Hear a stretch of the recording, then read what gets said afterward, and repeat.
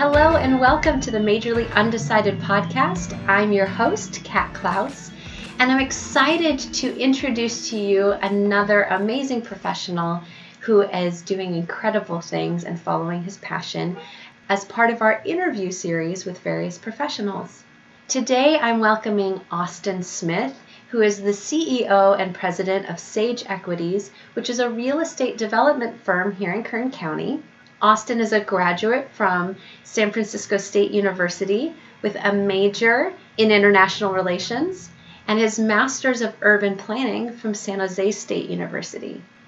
As a real estate developer, Austin has transformed downtown Bakersfield and has really created a movement to change the language and the way that a city is presented.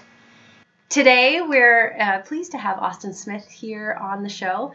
We're really excited to hear a little bit about your story and all the amazing things that you're doing here in Kern County. Thanks for having me on, Kat. It's great. It's great. So can you tell us a little bit about where you went to school, how you were in high school? You're local, right? Yeah, so born and raised in Bakersfield. Like a lot of people that grow up here, I had a yearning to leave as quickly as possible.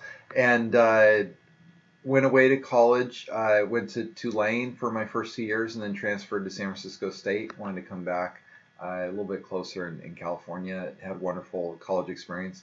I studied international relations for undergrad. And then I was living in San Francisco and I got very excited about how the urban environment develops and how San Francisco was built and everything, and started learning more about how things are built over time, and studied urban planning at San Jose State for a master's, and then got off of my career. Happy to talk more about that, but that was kind of the educational piece of it. Yeah. So when you initially applied to Tulane, did you know you're going to be in international business, or were you undecided? Or? No, I think it was philosophy. Was my first major. You did didn't you do a congressional program in high school? I did.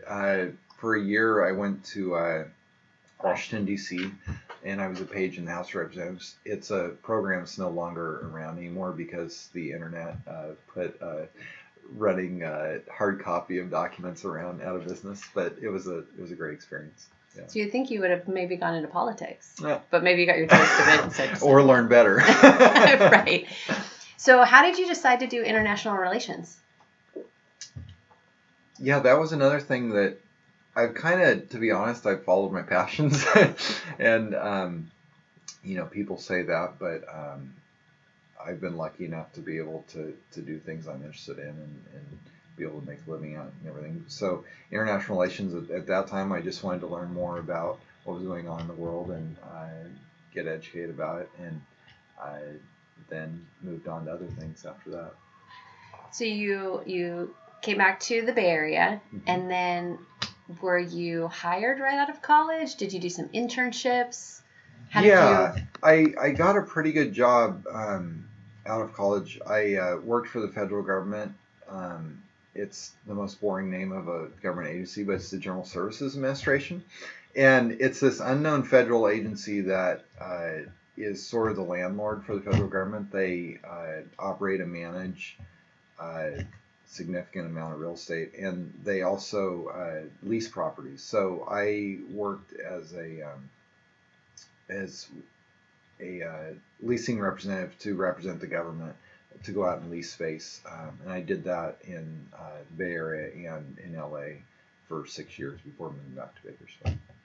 So how did you just blindly apply for that job? Were you doing interning there? Did you have a connection? I went to a industry trade event for property management, and happened to sit at a table with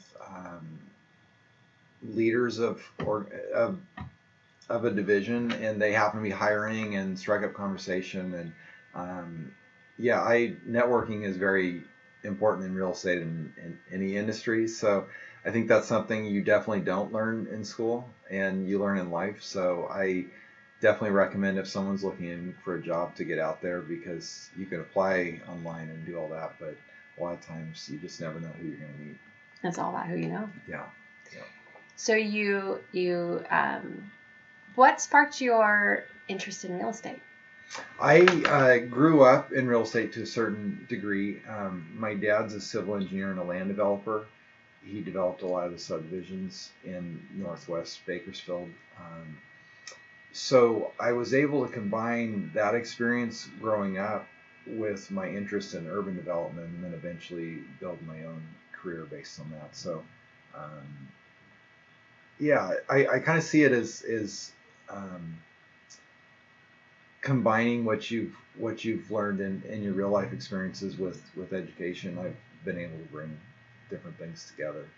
Yeah. Can you talk a little bit about some of your passion projects lately? So our business is Sage Equities is the name of the company, and my wife and I moved back to Bakersfield 5 years ago, and we were very excited and still are about revitalizing the downtown of our city that we grew up in. And our first two projects were 17th Place Townhomes in Cafe Smitten. The townhomes for those who aren't in Bakersfield, is a 44 unit apartment development, and Cafe Smitten is a local coffee shop. We are now continuing to develop more apartment projects downtown, and there's a lot of momentum behind that and excitement, and new businesses are coming downtown, and major employers and things. So it's an exciting thing to be a part of, and I can't remember if I answered your question. You did. So being a real estate developer and revitalizing different parts of the city, right? Because you're building new, but you're not developing, out in the boondocks, right? Right. So what kind of skill set do you need for your job to be successful? It's kind of a jack of all trades, master of none type of skill set. There's a lot of financial elements to it, and that's something that, coming from an urban planning background, I wasn't so keen on, because there's a lot of big ideas and design oriented things that are in urban planning and policy, but not so much financial. And when you get into the real world, that's what a lot of it is. So I would say it's pulling together kind of a diverse skill set of financial know-how, design savvy, urban planning, a lot of soft skills too. You're just dealing with a lot of different contractors, city officials, investors, and just learning how to navigate it all. Trying to get everybody together in one direction. Yeah, definitely. What does your typical day look like? It varies. We have a 3-month-old baby, so that's been a whole new wrinkle lately. But I am an early bird, so I like to wake up early and go running, and then try to get to the office as early as possible. And I like to make calls and kind of get that out of the way first thing in the morning, and then have meetings in the afternoon. What are your meetings? Who are you typically meeting with? Lately, this past year, we had to raise a significant amount of capital for our next project, so I met with a lot of people to ask them to invest in our projects. So that is very challenging, and something that I didn't learn in school. So that's kind of on-the-job knowledge as an entrepreneur, and but very exciting also, because you get to share what you've learned and what you accomplished with people, and get their feedback and reactions. So you started Sage Equities, didn't you? Yes. So what was that process like, kind of starting from scratch, and coming from a different background, and not, I know starting my business, it's a little scary. You kind of just figure it out. Right? Yeah. And you're still learning. I mean, I've been doing this 5 years, and I know you've had your business longer than that. And you're still learning every day. So that's what keeps it interesting and exciting. It's just keep learning. Yeah. And solving problems all day long. Right.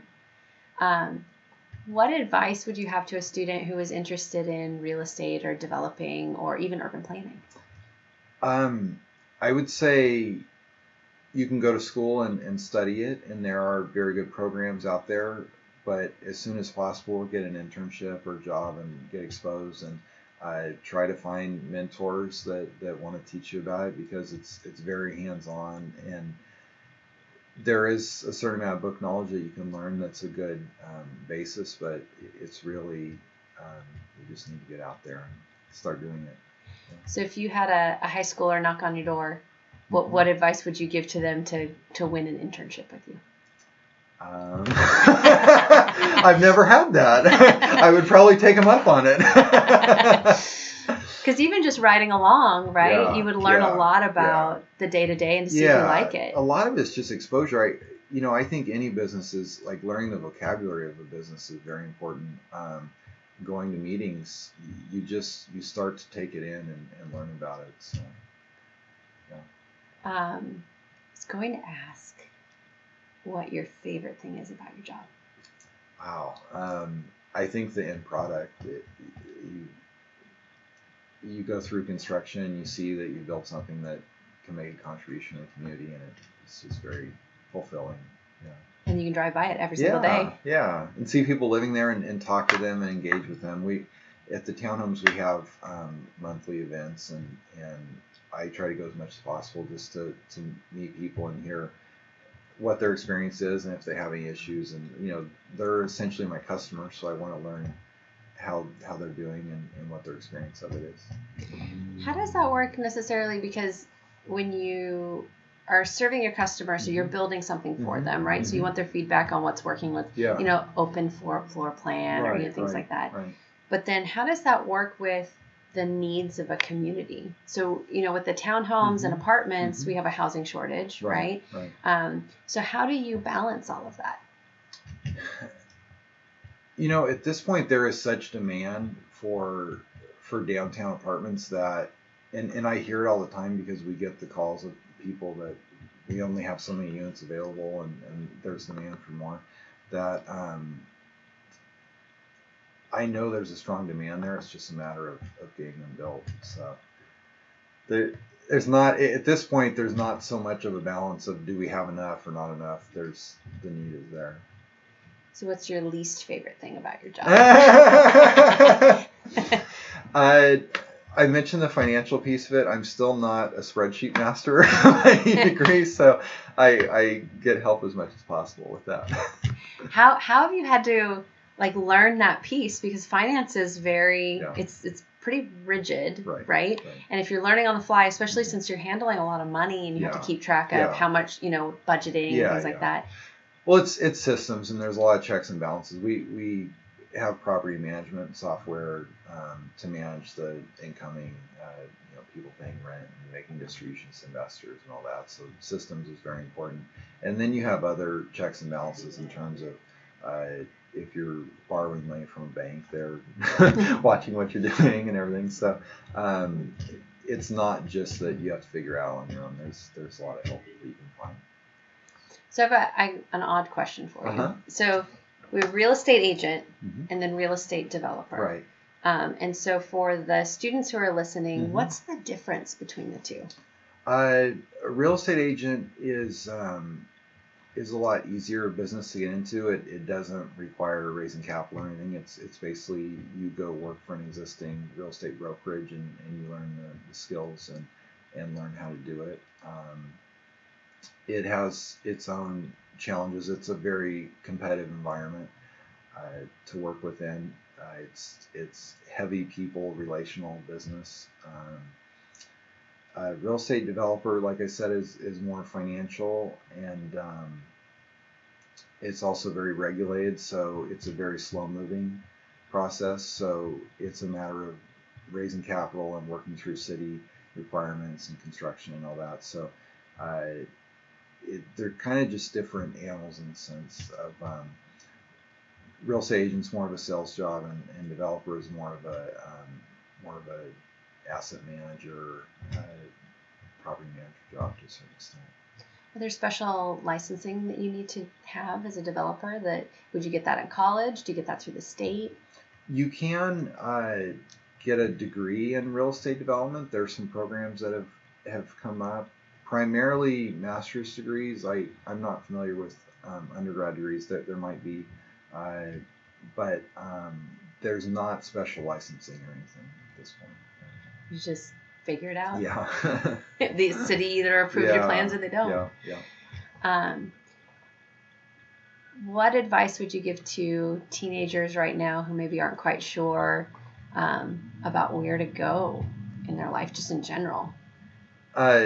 It's funny, before we started this, you and I were talking about following your passion and everything, and I would say if real estate is of interest to you and it gets you excited and it's something that you'd like to wake up and do every morning, then I would say definitely go for it. If it's something that sounds boring, don't. Because you're going to work a lot harder at something that you're passionate about than something you're not. So. And then what are some of the causes that you've got around that you've been able to empower here because of your passion? Yeah. So when we first moved back to Bakersfield, I really thought that I was just going to be a business person doing working in a field that I enjoyed, and I saw an unmet need in our downtown, and I knew that our city was large enough that there would be a demand for what we could provide. What I didn't see was that there was also an opportunity to affect some amount of cultural change and to help the economic development of our community. And our downtown is a really key piece of that I didn't realize before, and I've kind of learned over time, is that if we're going to be competitive in the future, we need a really active, vibrant downtown that can attract an educated workforce, because we're competing with every other city in the world now. It's a global marketplace. So Bakersfield has historically been resource-based, so we haven't had to compete with knowledge workers as much. But our primary industries have a lot of issues they're facing in the future, and we will need to diversify into more knowledge-based industries. And to take it back to my little role is helping build our downtown will help us in our economic development and attract those educated workers to come here and start businesses or to work for employers and things. You've started, Sage Equities has had a really big part in starting the movement of Be in Bakersfield. Mm-hmm. Can you talk a little bit more about that? Yeah, so Be in Bakersfield is a nonprofit that is focused on showing all the great things that are happening in our community. You and I both grew up here, and Bakersfield, to a certain degree, has a chip on its shoulder. It's a wonderful place once you get to know it and you're a part of it. But we've always compared ourselves to other cities in California, and I've always thought I've come to realize that that's really not the way to look at it. Is that we're really more like a middle America city that happens to be in California, which is pretty amazing. It's sort of best of both worlds, because we have all the amenities of living in California, but we have this great affordability and access and opportunity. And if we lived in large cities, you and I may not have the businesses that we have. And I just see this as sort of the land of opportunity, and that was a message that I wanted to share with both people within Bakersfield and outside of Bakersfield. And I had some people that got very excited about the idea as well, and helped kind of create the campaign and get it all set up. And it's really taken off from there, and people have taken ownership of it. And I think for our future, we really need. I think Be in Bakersfield is one piece of it, and I think there will be a lot more things that'll come alongside it to show that Bakersfield's a great place to be. So everything just kind of came together. So you're doing international relations. At least I claim it does, yeah. You're doing international relations, and then you realized the networking piece, and then you got experience, kind of at the federal level, right? Right. And then from there, move back, which a lot of for outside listeners, a lot of generations we move away from Bakersfield, and there's this boomerang effect. Right. And so we had all these amazing experiences. We come back and we make it better. Right. And so you were able to learn kind of on an adventure, right? Yeah. You didn't really think that you would ever come back. I knew I didn't ever think that I would ever come back. And so you were able to come back and get involved in something that really kind of stretched you as a professional from the financial piece and the presentation piece, but then also it was fun and something that you could wake up every day and be excited to do. Yeah. You've got me all figured out. It all seemed like a long, winding road to me. I think everybody's journey, you you think in high school that you're going to be this one thing, or maybe not, and then it's really this just big adventure. Yeah. I think it's just being open to it and having patience for it. If you want to know exactly what your career is going to be, and you're going to just stick with it and focus on it, that's fine. You can do that. But if you want to follow your passions and be open to experiences and things, then there will be some twists and turns along the way. We have to discover what your passions are, right? Exactly. And that's the hardest thing. Sure. You're like, I don't think I'm passionate about anything. And you start trying and you're like, oh, that kind of lights me on fire right here. And I like this piece. Sure. And so you've been able to bring all these pieces together and make some pretty significant change in a community that needed it. Well, thank you. Anything to add? No, I think the generation that you are helping guide through their college and everything, they're going to be in a world that's very different than the one that you and I experienced. So I think I can give advice and talk about things, but I think if I was to go to college today, I would probably end up in a different track to a certain degree as well, because the world's always changing. So just be open to it. And then do you have any advice for parents? I'm still learning how to be a parent. So if you had a teenager that might be interested in real estate, how could parents help? I would say mentoring is probably key, to just help them find the right person or people that can help guide them and show them experience that they've had. Thank you so much, Austin, for being here today. We really appreciate it. For our listeners who are looking into real estate, there are programs out there that focus in real estate development at the undergraduate level. I encourage you to look up some of those universities and see if it's a good fit for you. As Austin said, it's really important for you to go out and get some experience. Don't be afraid to reach out to a few companies. Don't be afraid to ask for an internship. One of the best stories that my little brother, who you'll meet later on in this series, tells is how a high school student came into his computer gaming company with a resume who didn't know anything about gaming, and the fact that he walked in and asked for an internship, they gave it to him immediately. So don't be afraid to go out and start talking to people. As Austin said, it's all about the experience, and it's the start of that networking, which is who you know. Austin, thank you again for sharing with us today. And to our listeners, if you want more information, please visit our website at majorlyundecided.com.